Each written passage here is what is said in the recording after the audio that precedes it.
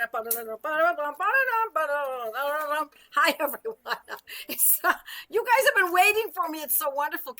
Yes, can someone from Joette's staff please let us know? I'm here. I'm on a boat. I'm on Susie and Bar's Three Little Birds boat in Lake Boca, right? And this is a 47-foot power catamaran. It's a very cool boat. And so why are we on this boat? Because we have just finished one fantastic weekend of Mastermind 2, second year of Mastermind. And Susie and Bar are always so gracious that at the end of our weekend in Mastermind, we celebrate on Three Little Birds. That's the name of the boat. And so, hey, you just ate my cannoli. That was for display. I wanted to show you the cannoli. that Susie, look at these cannoli. Look at this cannoli. Look how beautiful this is. Susie made this. And you will find Susie at Susie's Sourdough Susie. And this is actually a sourdough cannoli shell. I'm going to eat it later. So my husband just ate mine. So we'll put this here for now. Okay, friends, so great to see you. I'm not going to go into saying hello to everyone right now because we got work to do. Got to get this information out to you. And tonight is about warts. Warts. Now, first let me start by saying that your expectations are important. Don't expect that if you use a homeopathic medicine for a wart or a cluster of warts, that it will be bam and it will be done. Because it doesn't always work that way. Sometimes it does, but many times it doesn't do that. So I want you to give it some time, many days, perhaps weeks, perhaps even a month, 6 weeks. Now, we don't expect it to be gone in a month, but we want it to see that the cluster of warts have gotten a little bit smaller, or the proudness of each one of the warts has softened a little bit, or if they're itchy, that they're not quite as itchy, or if they were growing in number, that we don't see them carrying on in that growth, that we've halted the progression of how many are coming out. Now, let me also say, it matters not how long a person has suffered from warts. Does not matter. Plantar's wart can sometimes last for decades. And is it worth treating after all that time? Well, Plantar's warts can be painful. They can feel like you're stepping on a little seed, and it can be painful. And so that's definitely worth treatment. Now, I have written about warts. It was a while ago on my blog, and I made it rather simple. I gave only 3 medicines.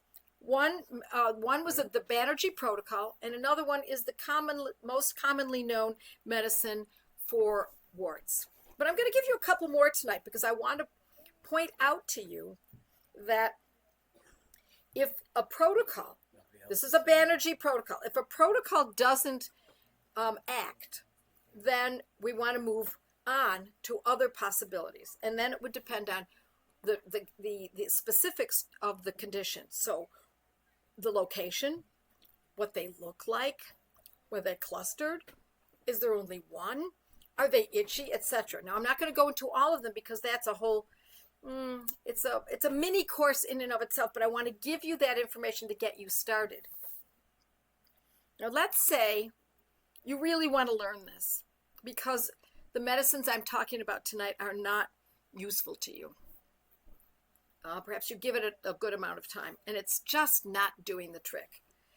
I want you to know that when you look in a homeopathic repertory, and I like Robin Murphy's 4th edition, but the 3rd edition is just as good, repertory, you'll find that there are many medicines from which to choose. But I want to get you started on this so that you have an idea of where we're headed. Okay? So the first medicine most people think of, if they know anything about homeopathy, is Thuja. It looks like it's pronounced Thuja, but it's actually, the J is silent. It's Thuja. Yeah, I see Susie's showing up here. talking about sourdough Susie. And it's Thuja occidentalis. And most people think of that automatically. Now, why is that? Well, even in classical homeopathy, who shuns, is frightened by, is freaked out by condition-specific medicines, which, of course, we don't worry about. In fact, we love condition-specific medicines. Even the classicals understand that Thuja is a very common medicine for warts. And so often it's utilized in a 6C, twice a day, something like that, 30C. And there are homeopathic manufacturing pharmacies who sell products, homeopathic products, that include Thuja and sometimes other medicines as well, homeopathic medicines as well. So I'm going to talk about Thuja, but it's not going to be my first choice. It's not the first choice that most people think of if they know anything about homeopathy. My first choice, as is always in what I teach, because I teach practical homeopathy, which means I teach specific medicines with their specific potencies and their specific frequencies based on the Banerjee protocols. So with the Banerjee protocol, the number one medicine is antimonium crude. Antimonium, 2 words, antimonium crude. It's a 6, and it's mixed with Arsenicum album 200, and it's utilized every other day. Now, what does this mean if somebody has large crops of warts? Does it mean they say to themselves, every other day, that's not good enough, I want to do it twice a day? No. Don't reinvent the wheel, my friends. The Banerjee protocols are tried and true for over 120, 130, 140 years. Stick with the protocol first. Always is what I teach my students and my clients. And the world at large, if they're willing to listen, is to start with the Banerjee protocol first. It doesn't mean we don't veer off later. It doesn't mean we don't consider repertorizing. It doesn't mean we don't consider other medicines. But when we have something that is formulaic, such as this particular formula is laid out, then by all means, we are going to start with that. So it's antimonium crude 6 mixed with. Now, if you don't have that mixture, you can purchase that from Helios in England. You can also, if you happen to be a client or a student of mine, you can purchase from OHM Pharma. But if not, you buy antimonium crude 6 and you buy Arsenicum album 200 and you put 1 dose of antimonium crude in the mouth, and before you start chewing it or anything, you add the Arsenicum album. And now it's mixed in the mouth, simultaneously taken, and it's 1 dose every other day. Okay, let's see what people are saying here. Cheris says, I had 5 painful plantar warts, 1 on foot. I used antimonium crude 200 every other day. At week 4, at week 4, 2 were gone. Then at 6 months, they were all gone. Thank you, Cheris. Hi, Cheris. Hi, Stephanie. I love you too. So many friends here tonight. I started getting warts in the past a few years ago. Some are the clusters and dark, some are flat clusters and light, and a few are also solo protruding. Just frustrated with the fact I have so many all over. Giovanni, I'm going to respond to you, because don't be frustrated by the numbers. A wart is a wart is a wart. It doesn't matter that there are numbers. I realize if there's a problem, it's all over the face. That's something different. Now, we're starting with antimonium crude 6 mixed with Arsenicum album 200 every other day. And we give that a good amount of time. Just like Cheryl said, listen how long it took her. Week 4, and then 6 months later, they were all gone. Now, how did she know enough to stay with this all the way into 6 months? Because she had her information that at week 4, there was improvement. That's how you know to stay on. When you see a medicine is acting, you're going to stick with it. You're going to trust it all the way through until it stops. Okay? Let's go to another medicine. Let's talk about Thuja. because it's most often used in a 6 or a 30 twice daily. And I will also tell you, Thuja occidentalis is a tree that's very well known, that grows. It's ubiquitous. At least it was in the north. I think we still have them down here. I think we have them in the south as well. And you can actually use the tincture from the Thuja occidentalis fronds. And you can either make your own tincture. I won't go into how to do that tonight, but it is something worthy of your time should you be interested, or you purchase it in tincture. That means it's in mother tincture. It's not potentized. It's not homeopathic. And you can actually drop it on the areas. Okay. So you have a choice there. Thuja taken orally in a 6 or a 30 homeopathically, or you can also go with mother tincture. Oh, is that what you're telling me? To lean forward. Okay, so not that far. Okay, there's a next medicine I want you to remember. And that is a medicine that before you make a decision to choose to use this, because this is not a protocol, my friends, I want you to use sepia. I want you to consider and read sepia. Sepia, S-E-P-I-A. And it's specific for when there are warts on the face and on the hands. And the warts are small and they're itchy. And for those of you who know that sepia is often a great medicine for women, especially mothers, especially menopausal women around that age or after just having children, this does not mean you can't use sepia for a boy or an older man. So you can certainly use sepia, and generally I consider using it in a low potency, a 6, 6X, 6C, etc. One other place, sepia also presents warts around the mouth. So on the face, which is the hands, and small, itchy, and around the mouth. Okay, I'm going to look at a couple questions in a minute, but I'm going to go with one more medicine. Causticum. Let's talk about causticum. Causticum is one of our great medicines for when there are warts around the eyebrows. And most people who have warts think about them only on their fingers or on the bottoms of their feet, etc. And they can't even imagine how awful it must be to have it around the eyebrows. But yes, my friends, it can be. Also on the nose, on the arms, the fingers, and near the nails on the fingers. So it could be the tip of the fingers or also around the nails. So if there is a wart that's at the eyebrow and not at the tips of the fingers and not on the arms and not on the nose, does that mean that you disqualify this one? No. Any one of those places can be your anchor for choosing causticum. It is a great medicine for warts in those areas. Okay.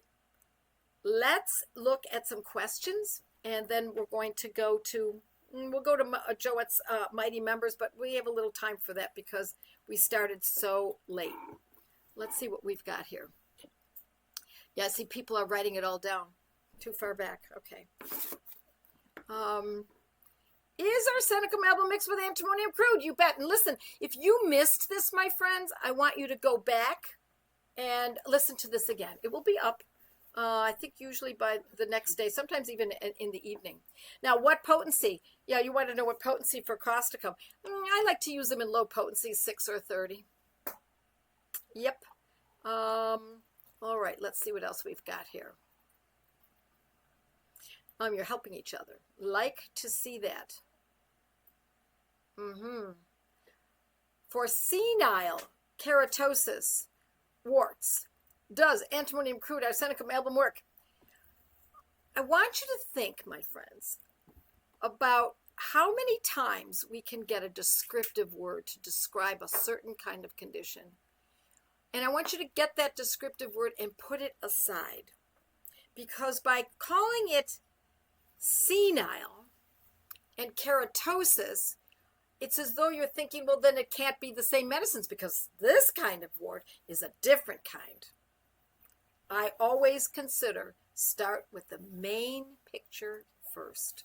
If this is a wart medicine, whether it's a senile sclerosis or it's a etc., or keratosis, excuse me, I meant to say keratosis. It doesn't matter. We're going to start with the protocol for warts. 80 to 85% of the time, when we use a Banerjee protocol, we can expect that there, in this particular condition, for this condition, we will see improvement in 80 to 85% of the population who have this condition. So is it worth giving it a try and starting with that first? I think it is. So someone's asking, talk about lichen sclerosis and lichen planus, so many women of ages. I'm sorry, I won't be discussing that tonight. That is a rather complex, not so complex, but it certainly requires a little more time, and that's not where we're going tonight. But should you be interested, you might want to go to, I believe that's in my course, Joette's Learning Center. Scroll down, go to either feminopathy. I'm pretty sure it's in feminopathy. It may also be in the skin course, but I think it's pretty sure it's in feminopathy. I covered rather thoroughly. All right, let's see what else we've got here.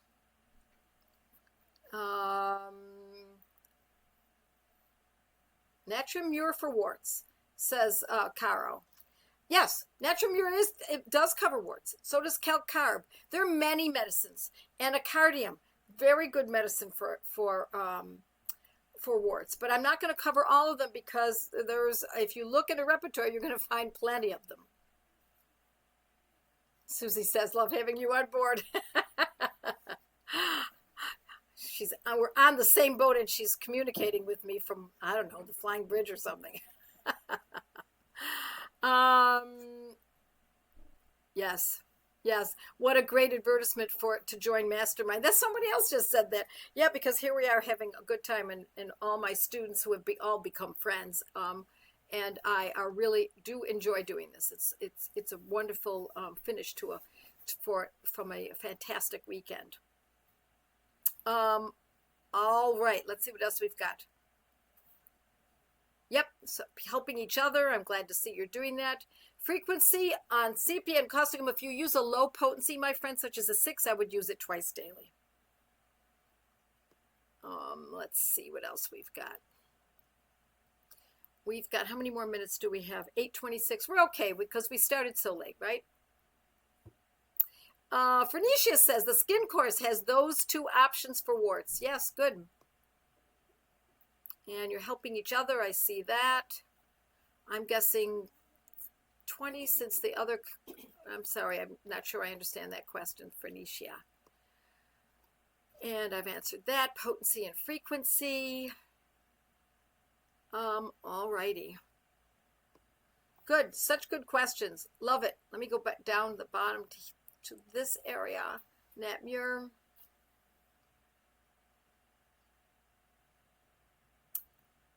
Potency for causticum. Some people use causticum in a higher potency. If you're going to use causticum in a higher potency, I'd like to see more of a 3-legged stool. I want to see a little bit more that represents causticum other than just for the warts. But if it's simply warts, I would stay with a low potency 6, perhaps a 30. Okay, my daughter has a large one on her elbow, several small ones on her fingers, and a plantar wart on her foot. Doesn't that sound like one of the medicines I just discussed? Now, I'm not going to tell you, Pam, what you can use, but you might want to listen again to the information I gave you, because one of the medicines I discussed certainly does sound like it's pretty close to that. Would this also work for skin tags? No, well, yes and no. I would not be using a protocol that's specific for warts for skin tags, but it's not uncommon that we find that the very medicines that are used for one skin condition can be used for another. And yes, skin tags can be covered by antimonium crude and thuya, etc. But I'm not going to give you any protocol for that tonight. And again, you can go to the skin course and I cover skin tags. Can a teenage daughter, 2 on her knee, use sepia?